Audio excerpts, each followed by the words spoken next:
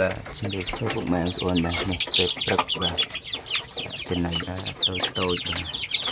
នេះក្រុមតូចតូចចំណៃហើយដល់ទៅបាទថ្មីបាទប៉ុនគ្នាដល់ហើយបាទយើងជើងនេះជើងនឹងនេះទាំងអស់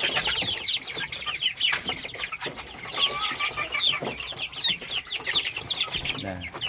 ខាងណាទៅស៊ីចំណៃស្អែកហើយបងប្អូន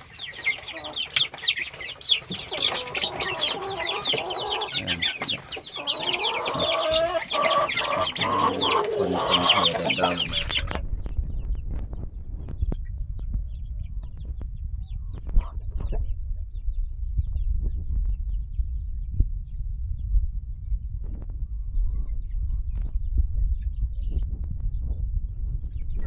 คนละนี่ไปทอด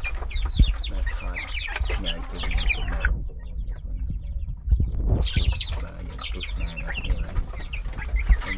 ตรงนี้ยังเคยแบบอยู่ลายไม่คุ้มแบบนี้เราคุ้มครับเงี้ยเลย